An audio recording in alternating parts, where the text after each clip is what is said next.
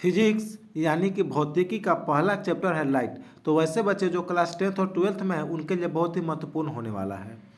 देखिए, जब भी हम किसी वस्तु को देखते हैं तो उसके पीछे क्या रीजन है, तो प्रकाश, प्रकाश का परावर्तन, प्रकाश का प्रकीर्णन तथा प्रकाश का अपवर्तन। तो एग्जाम में बार बार यह क्वेश्चन पूछता है कि प्रकाश क्या है तथा प्रकाश किसे कहते हैं। तो प्रकाश का दो दो डिफिनेशन आपके सामने है, एक लिखा हुआ है और दूसरा लिख रहे हैं। तो आप इसका स्क्रीनशॉट ले लीजिए, जो भी डिफिनेशन आपको अच्छा लगे, हल्का लगे, वो आप देख लीजिएगा, उसे याद कर लीजिएगा। आप इसका स्क्रीनशॉट ले लीजिए। देखिए, सबसे पहले देखते हैं, यह एक समतल दर्पण है। हम एक बना दिए समतल दर्पण।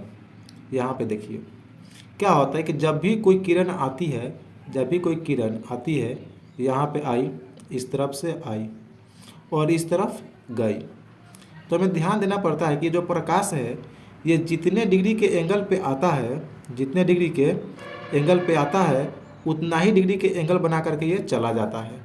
यानी कि और ये थीटा डिग्री कोण बना करके आता है तो थीटा डिग्री पर ही ये वापस जाता है। ये जो देखिए, ये जो किरण आ रही है तो आने वाली किरण को हम लोग आपतित किरण कहते हैं। ये जो किरण आ रही है इसको हम लोग कहते हैं आपतित किरण, आपतित किरण कहते हैं। जो किरण आ रही है वह आपतित किरण।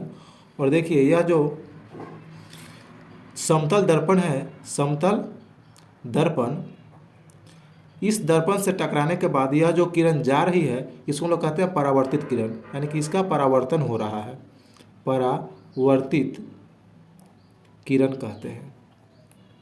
यानी कि जो किरण आई उसे आपतित किरण, और ये परावर्तित हो गई, यहाँ से टकराने के बाद ये परावर्तित हो गई, चली गई, तो परावर्तित किरण। यानी आने वाली किरण को आपतित किरण कहेंगे और जाने वाली किरण को परावर्तित किरण कहते हैं। दोनों में संबंध क्या है कि ये जितना डिग्री के एंगल पे आता है उतना ही डिग्री के एंगल पे जाता है। अर्थात अगर थीटा का मान 40 डिग्री हो तो 40 डिग्री के कोण बना के आएगा तो 40 डिग्री पर वापस जाएगा। यह नियम होता है। अब देखिए, यहाँ पे एक अभिलंब भी हम लोग डाल सकते हैं, ठीक है। तो हमें ये देखना पड़ता है कि आपतित किरण, परावर्तित किरण तथा इसको जो हम लोग डाले हैं यह अभिलंब है। ये क्या है? ये अभिलंब है, अभिलंब। ये तीनों के तीनों एक ही समतल में है, ठीक है। तो कभी कभी एग्जाम में पूछ देता है कि प्रकाश के परावर्तन के नियम को लिखे। क्वेश्चन क्या पूछ देता है कि प्रकाश के परावर्तन के नियम क्या है, प्रकाश के परावर्तन के नियम पूछ देता है कि प्रकाश के परावर्तन के नियम लिखे। तो पहला हो जाएगा, आपतित किरण, परावर्तित किरण और अभिलंब तीनों एक ही समतल में होते हैं। यहाँ पे लिखेंगे आपतित किरण, आपतित किरण कॉमा परावर्तित किरण, परावर्तित किरण और अभिलंब, अभिलंब तीनों एक ही समतल में होते हैं, तीनों एक ही समतल में होते हैं, समतल में होते हैं। और दूसरा क्या है कि आपको बता दिए हैं कि आपतित किरण जो है यह परावर्तित किरण के साथ उतना ही डिग्री का एंगल बनाती है। यानी कि जब ये आती है तो जितने डिग्री का एंगल समतल दर्पण के साथ बनाती है उतना ही डिग्री के एंगल पे चली जाती है। यानी कि हम लिख सकते हैं कि आपतन कोण परावर्तन कोण के बराबर होता है। यहाँ पे लिख सकते हैं कि आपतन कोण, आपतन कोण परावर्तन कोण के बराबर होता है, परावर्तन कोण के बराबर होता है, कोण के बराबर होता है। अर्थात होता है, अर्थात साइन आई बराबर साइन आर, साइन आई बराबर साइन आर। अब ये आई क्या है और आर क्या है तो आपको हम बताते हैं। देखिए, ऊपर से हम फिर आते हैं। देखिए यहाँ पे क्या है, ध्यान से देखिएगा। ये जो किरण आती है इसको आपतित किरण कहते हैं हिंदी में। ये जो किरण रिफ्लेक्ट होकर गई इसको हम लोग परावर्तित किरण कहते हैं हिंदी में। लेकिन जो बच्चे इंग्लिश में पढ़ते हैं वो आपतित किरण को इंसिडेंट रे कहते हैं। क्या कहते हैं? इंसिडेंट रे कहते हैं, ठीक है। और जो परावर्तित होकर के जो किरण गई इसको क्या कहते हैं, रिफ्लेक्टेड रे कहते हैं, रिफ्लेक्टेड रे यानी कि परावर्तित किरण। तो आपतित किरण को हम लोग आई से डिनोट करते हैं और परावर्तित किरण को आर से डिनोट करते हैं। इसको आर से डिनोट करेंगे और इसको हम लोग आई से डिनोट करेंगे।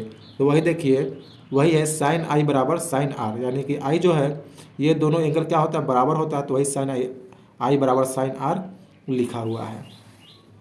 फिर आगे क्वेश्चन एक पूछ देता है आपसे, 1 नंबर में पूछता है कि प्रकाश किस रेखा में गमन करती है। तो आपको लिखना पड़ेगा प्रकाश सीधी रेखा में गमन करती है, प्रकाश सीधी रेखा में गमन करती है, प्रकाश सीधी रेखा में गमन करती है। यह कैसे गमन करती है तो हम आपको बताते हैं।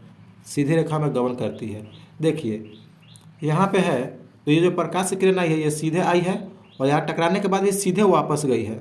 ऐसा तो नहीं है कि देखिए आपको यह प्रकाश की किरण इधर से आई इधर गई, इधर से आई इधर से आई या इधर से आई इधर से, देखिए किसी भी तरफ से आ रही है तो ये सीधे आ रही है, या इस तरफ से तो नहीं ना आ रही है, इसको हम लोग जिग जग पाथ बोलते हैं इस तरह से। तो ये टेढ़ा नहीं है, तो कभी भी आती है तो ये सीधा ही आती है, जबकि ये सब क्या है, टेढ़ा मेढ़ा है। बातें आई समझ में। तो इसीलिए क्या होता है, प्रकाश हमेशा सीधी रेखा में गमन करती है। ये 1 नंबर में क्वेश्चन पूछता है। अब देखिए दूसरा एक और है कि यदि प्रकाश 90 डिग्री के एंगल पे आए तो, देखिए यह एक समतल दर्पण है, हम यहाँ पे बना दिए समतल दर्पण, ठीक है।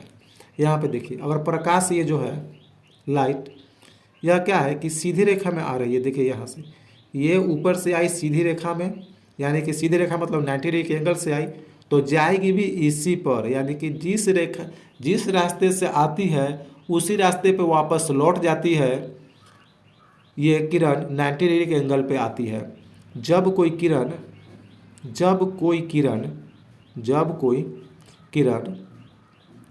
90 डिग्री के एंगल पे आती है, 90 डिग्री के कोण पर आती है, तब वह किरण उसी रास्ते पर वापस लौट जाती है, उसी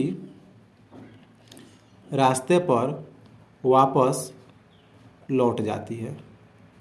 कैसे, तो आपको ऊपर बताया भी है कि जितना डिग्री के एंगल बना करके आएगा उतना ही डिग्री के एंगल पे जाएगा। जब ये आया इधर से 90 डिग्री का एंगल बना करके आई तो फिर जाएगा भी 90 डिग्री का एंगल बना करके, यानी कि जब कोई किरण 90 डिग्री के कोण पर आता है तो उसका आने का जो रास्ता है और जाने का रास्ता दोनों क्या होता है, सेम होता है, कि उसी रास्ते पर वापस लौट जाते हैं। यह भी क्वेश्चन 1 नंबर में पूछता है। तो वीडियो लंबा ना हो इसलिए इस वीडियो में इतना ही। फिर हम लोग आगे पढ़ेंगे प्रकाश से संबंधित चैप्टर में जितने भी क्वेश्चंस आते हैं उनके बारे में।